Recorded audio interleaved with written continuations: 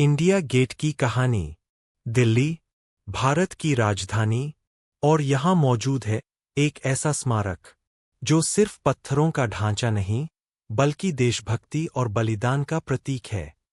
हम बात कर रहे हैं इंडिया गेट की। शुरुआत ब्रिटिश राज का समय। साल था 1919। पहला विश्व युद्ध खत्म हो चुका था।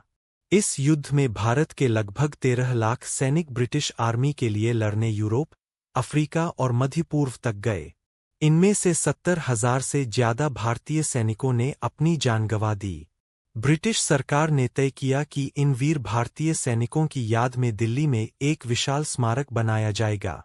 यही था इंडिया गेट की कहानी की शुरुआत। किसने डिजाइन किया?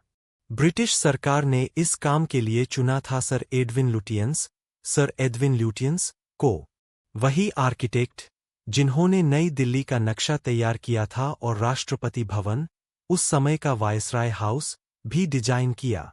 लुटियंस का मानना था कि स्मारक ऐसा होना चाहिए जो सरल हो, भव्य हो और दूर से देखने पर सैनिकों के बलिदान की याद दिलाए। साल 1921 में ड्यूक ऑफ कनॉट ने इंडिया गेट की नींव रखी। यह जगह चुनी गई, दिल्ली का राजपथ, तब किंग्सवे कहा जाता था। निर्माण में लाल और पीले बलुआ पत्थर का इस्तेमाल किया गया, जो राजस्थान के भरतपुर और आसपास से लाए गए थे। इंडिया गेट की ऊंचाई है 42 मीटर, लगभग 138 फीट। इसे बनाने में पूरे 10 साल लगे।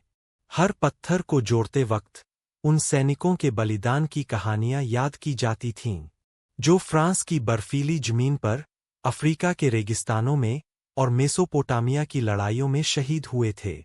आखिरकार साल 1931 में वायसराय लॉर्ड इरविन ने इंडिया गेट का उद्घाटन किया। इंडिया गेट की दीवारों पर 13,516 भारतीय और ब्रिटिश सैनिकों के नाम खुदे हुए हैं। इसका डिजाइन पेरिस के आर्क द ट्रायोम्फ से प्रेरित है। ऊपर की तरफ इंडिया लिखा है और उसके नीचे अंग्रेजी में एक